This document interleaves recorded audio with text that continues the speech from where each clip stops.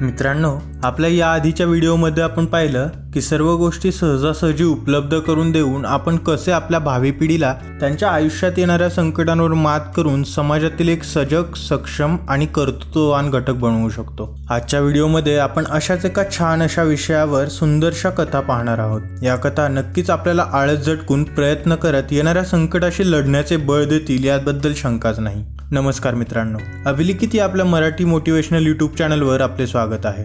आपण हा व्हिडिओ शेवटपर्यंत नक्की पहा। आटपाट नगर होतं।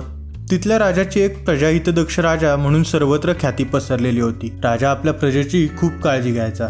आपल्या प्रजेला काही कमी पडू नये, कोणत्याही गोष्टीचा त्रास होऊ नये म्हणून राजा नेहमी सजग असायचा। राजाचं आपल्या प्रजेवर आणि आपल्या मंत्रिमंडळावर खूप प्रेम होतं। एक दिवस राजाला वाटलं, आपण एवढं सगळं करत आहोत तर आपली प्रजा देखील आपल्या राज्याच्या खुशालीसाठी तेवढीच तत्पर आहे की नाही हे पाहायला हवं। राजाला एक युक्ती सुचली। राज्याच्या मुख्य बाजारपेठेत जाणाऱ्या रस्त्याच्या मधोमध राजाने एक दगड ठेवला आणि राजा बाजूलाच लपून बसला।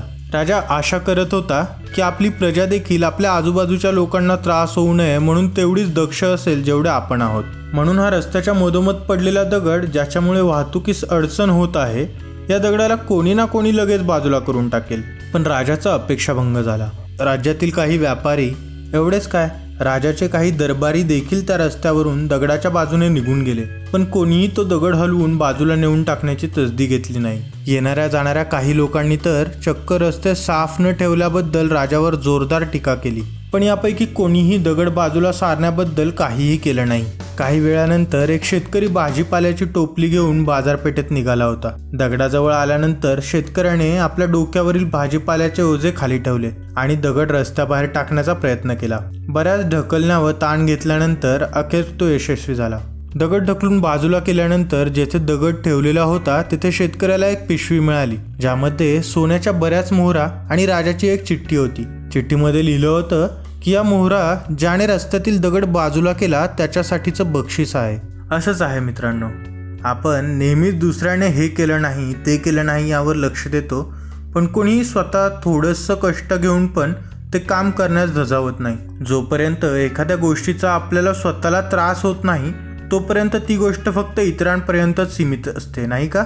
असे प्रत्येक वेळी दुसऱ्यांनी आपली मदत करणं म्हणजे आपल्या पत्त्यावर पडेलच असं नाही। कदाचित त्यामुळं आपलंच नुकसान होऊ शकतं बरं का। यासाठी आणखी एक छोटीशी सुंदर कथा तुम्हाला सांगणार आहे। एका माणसाला फुलपाखराचा एक कोश सापडला। काही दिवसांनी त्या माणसाला त्या कोशामध्ये हालचाल दिसली।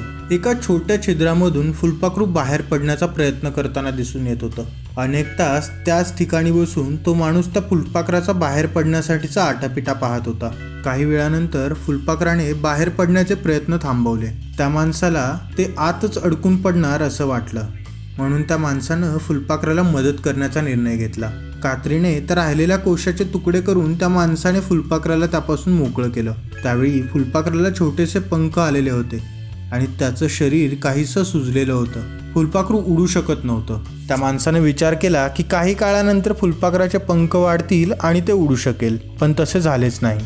फुलपाखराने आपले उर्वरित आयुष्य उडण्यास असमर्थ ठरलेले लहान पंख आणि सुजलेल्या शरीराने व्यतीत केलं। ते जास्त काळ जगू शकलं नाही। तो दयाळू माणूस हे समजूच शकला नाही की फुलपाखराला बाहेर पडण्यासाठी अडथळा ठरणारा कोश, त्या कोशाच्या छोट्याशा छिद्रातून बाहेर पडण्यासाठी फुलपाखराला घ्यावे लागणारे कष्ट, या साऱ्या गोष्टी फुलपाखराला कोशातून बाहेर पडल्यानंतर उडण्यासाठी सक्षम बनण्यासाठी आवश्यक होत्या।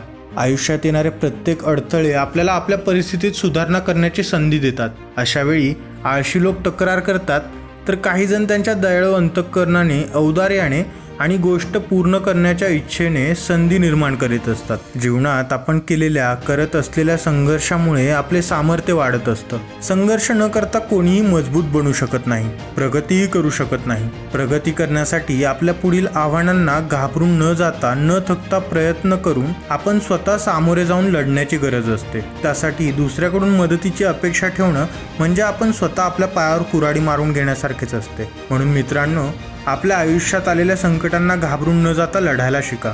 तुमच्या समोर येणाऱ्या संकटाशी लढण्यासाठी तुमच्या आधीच्या आलेल्या संकटांनी तुम्हाला आधीच तयार केलेलं असतं। तुम्ही नक्कीच यशस्वी व्हाल। तर मित्रांनो, आपल्याला हा व्हिडिओ कसा वाटला ते आम्हाला कमेंट करून कळवा। आपल्याला हा व्हिडिओ आवडला असल्यास लाईक, शेअर आणि सबस्क्राईब करायला विसरू नका आणि असेच नवनवीन इंटरेस्टिंग व्हिडिओज मिळवण्यासाठी आमच्या चॅनलच्या बेल आयकॉनवरती प्रेस करा. धन्यवाद.